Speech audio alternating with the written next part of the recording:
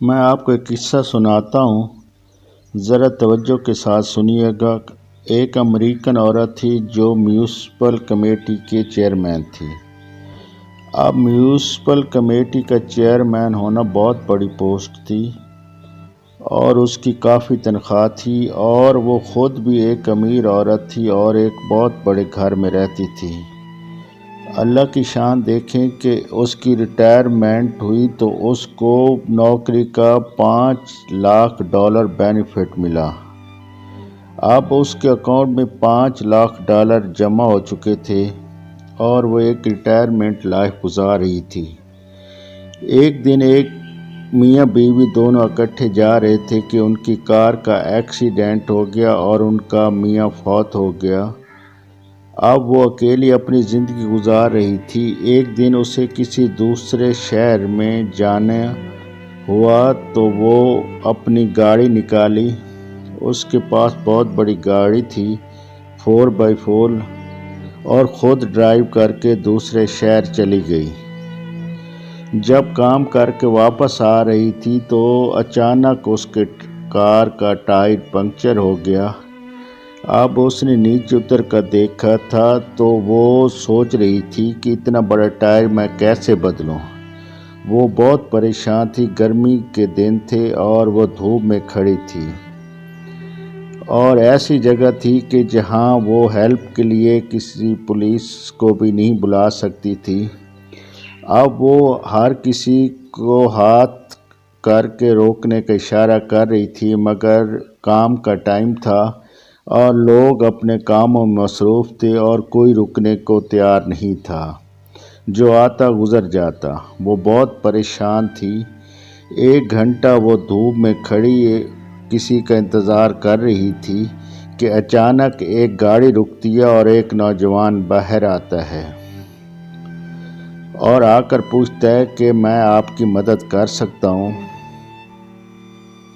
اور اس طرح اس عورت کی جان میں جان آئی اور اس نے کہا کہ میری گاڑی کا ٹائر پنکچر ہو گیا ہے، اس کو بدل دیں۔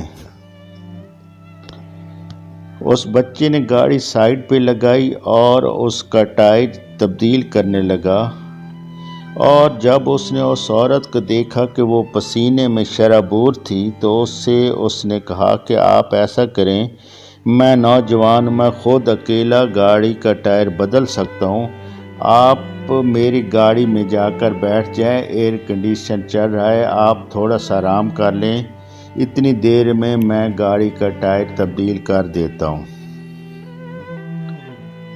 وہ گئی اور اس کی گاڑی میں بیٹھ گئی۔ جب اس کا کچھ ہوش ٹھکانے آئے، جب اس کو ایئر کنڈیشن کی ٹھنڈی ٹھنڈی ہوا لگی تو پھر اس نے دیکھا کہ وہ لڑکا ٹائر تبدیل کر رہا ہے، تو اس نے سوچا کہ یہ کتنا اچھا لڑکا ہے کہ یہ مشکل وقت میں میرے کام آیا ہے، تو کیوں نہ میں اس کی کچھ مدد کر دوں۔ میرے اکاؤنٹ میں $5 لاکھ پڑے ہیں، اس میں سے اگر میں $500 اس کو دے دوں تو اس سے میرے اکاؤنٹ میں کچھ فرق نہیں پڑے گا۔ اس نے $500 اپنے پرس سے نکال کے علیحدہ رکھ لیا اور سوچا کہ جب وہ ٹائر تبدیل کر کے آئے گا تو میں اس کو $500 دے دوں گی۔ تھوڑی دیر بعد وہ لڑکا جب کام کمپلیٹ کر کے اس کے پاس آیا اور کہا کہ آپ کا ٹائر تبدیل ہو چکا ہے، اب آپ جا سکتی ہیں، تو اس نے اس کو $500 دیے، لیکن لڑکے نے انکار کر دیا۔ اس نے کہا کہ یہ کیا ہے؟ اس نے کہا کہ یہ میں آپ کی کچھ مدد کر رہی ہوں، ہدیہ گفٹ سمجھ کے رکھ لیں۔ لڑکے نے پیسے لینے سے انکار کر دیا اور کہا میں یہ پیسے نہیں لے سکتا کیونکہ "It is objective of my life to help someone"۔ اگر میں کسی کی مدد کرتا ہوں تو یہ میری زندگی کا مقصد ہے۔ "If I help someone I feel happy"، اور مجھے مدد کرنے میں خوشی محسوس ہوتی ہے۔ تو عورت بڑی حیران ہوئی اور سوچا کہ اس دنیا میں ایسے لوگ بھی ہوتے ہیں جنہوں نے دوسروں کی مدد کرنا اپنی زندگی کا مقصد بنایا ہوا ہوتا ہے۔ وہ اس طرح اپنی گاڑی میں بیٹھ کر اپنے گھر کی طرف روانہ ہو گئی، لیکن وہ گاڑی ڈرائیو کر رہی تھی اور اس لڑکے کا فکر بار بار اس کے ذہن پر سٹرائک کر رہا تھا کہ دوسروں کی مدد کرنے سے خوشی محسوس ہوتی ہے۔ اب اس کو تھوڑی سی بھوک فیل ہو رہی تھی اور سوچ رہی تھی کہ نیکسٹ اسٹاپ میں روک کر اپنا کھانے کا کوئی بندوبست کرتی ہوں۔ اور جب وہ نیکسٹ اسٹاپ آتا ہے تو میکڈونلڈ پر رکتی ہے اور اندر جا کر بیٹھ جاتی ہے، تو ایک ویٹریس لڑکی ہے اس کے پاس آتی ہے اور اس کو وہ آرڈر دیتی ہے۔ جب وہ آرڈر دے رہی ہوتی ہے تو وہ دیکھتی ہے کہ لڑکی جو ہے وہ پریگننٹ ہے، کیونکہ امریکہ میں ایسے لباس اس نے زیب تن کرتی ہیں جس سے صاف ظاہر ہوتا ہے کہ لڑکی پریگننٹ ہے، لیکن وہ سوچ رہی ہوتی ہے کہ اس حالت میں وہ کام کر رہی ہے، آخر اس کو کیا اتنی مجبوری ہوگی۔ بہرحال وہ اس کو آرڈر دیتی ہے اور وہ لڑکی ویٹریس اس کا آرڈر لے کر چلی جاتی ہے، لیکن وہ سوچ رہی ہوتی ہے کہ اس لڑکی سے میں پوچھتی ہوں کہ آخر وہ اس حالت میں اس ہوٹل پہ کیوں کام کر رہی ہے۔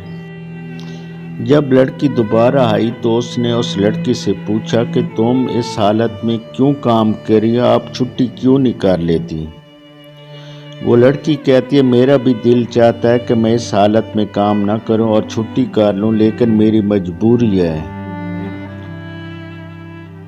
مسئلہ یہ ہے کہ میرے خاوند کی نوکری اچھی نہیں ہے، ہمارے قریب جو ہاسپٹل ہے وہ بہت مہنگا ہے اور اس میں بچے کی ڈلیوری کے تقریباً $5,000 ایکسپنسز ہیں۔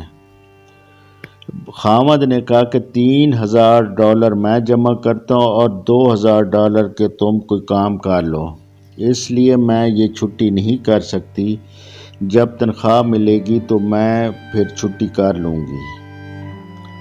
اور وہ لڑکی چلی جاتی ہے تو یہ سوچنے لگتی ہے کہ یہ لڑکی کافی مجبور ہے اور ضرورت مند ہے، اگر اس کو میں $5,000 دے دوں تو میرے $5,00,000 اکاؤنٹ میں سے کوئی فرق نہیں پڑے گا اور یہ لڑکی پریشانی سے بچ جائے گی اور اس طرح اس کی ہیلپ بھی ہو جائے گی۔